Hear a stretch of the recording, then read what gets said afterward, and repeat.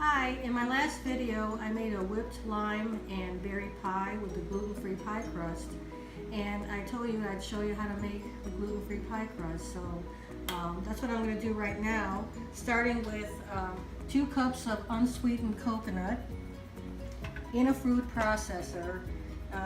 It's really a lot easier if you have one to make this crust in that, along with a 1/2 cup of almond meal and 2 cups of coconut flour, and put that right in with the coconut. A 1/4 cup of melted coconut oil,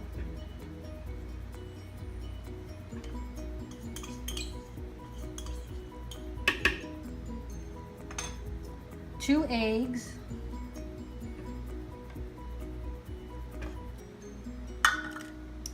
now the recipe called for 1 tablespoon of sugar or sweetener. I found that maybe an extra tablespoon would be good unless you're using already sweetened coconut.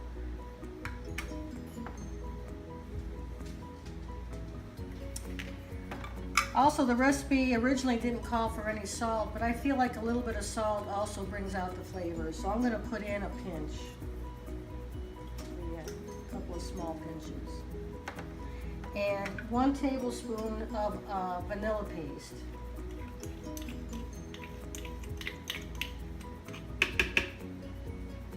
Get that all in there.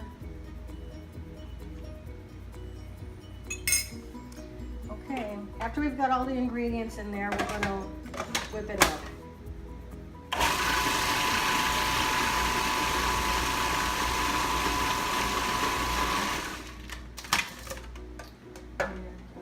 Find my spatula so I can.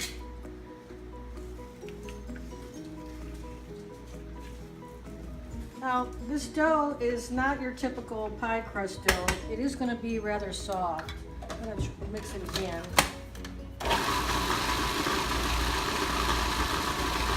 Okay, so when it starts to clump like that, everything is pretty much mixed.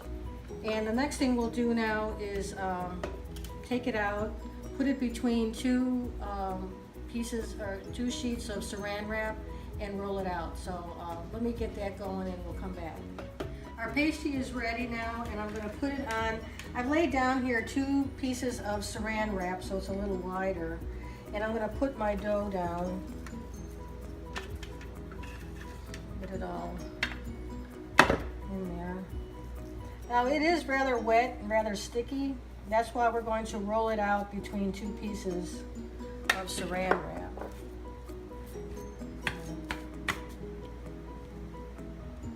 Now, you know what?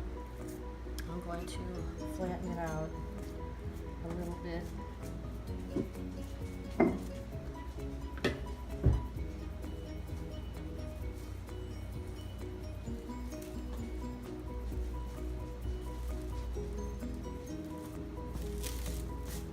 This makes it a lot easier to roll out. Otherwise, gluten-free is just a little bit more touchy than a normal pie crust, but it's well worth it.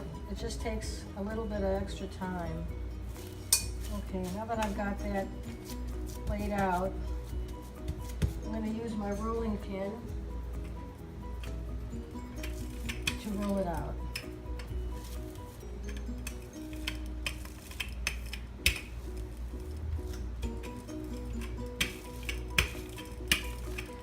The first time I did this, I actually put it on in the pie plate right away, but I think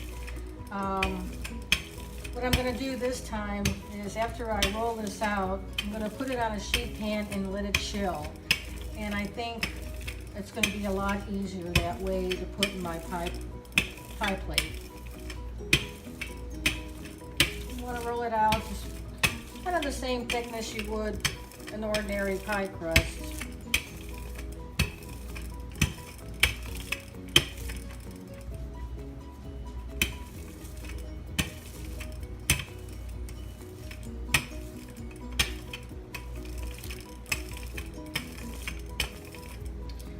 Now I'm going to take a sheet pan here, So I put it on my sheet pan and I'm gonna let it chill in the refrigerator for 45 minutes to 1 hour. Okay, I've taken the dough out of the refrigerator and I'm going to endeavor to put it on the pie plate.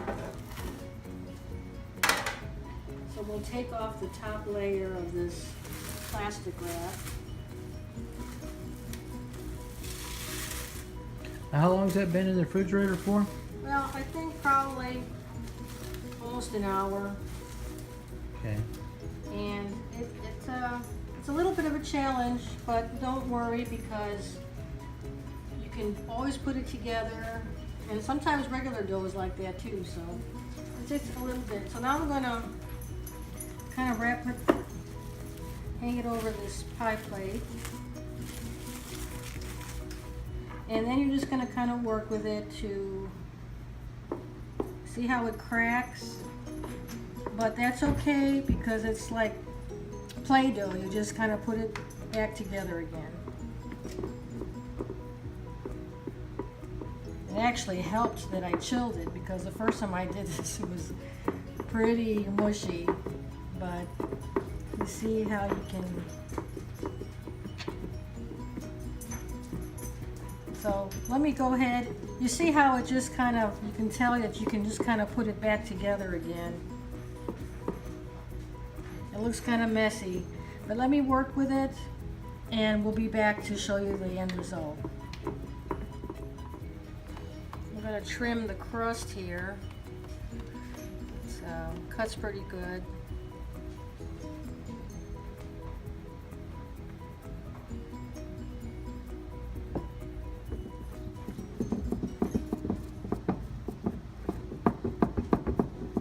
It doesn't really take super long to do this. It may seem like it, but you just kind of play with it a little bit. Okay, now I'm gonna, after I've got it kind of set in there, pressed in there, I'm gonna crimp it with my fingers to make a little bit of an edge. Just take your 2 fingers and make a little, I guess, a little arrow or a little peak. So this crust takes a little bit of work just because the texture is soft, but don't give up because it will work.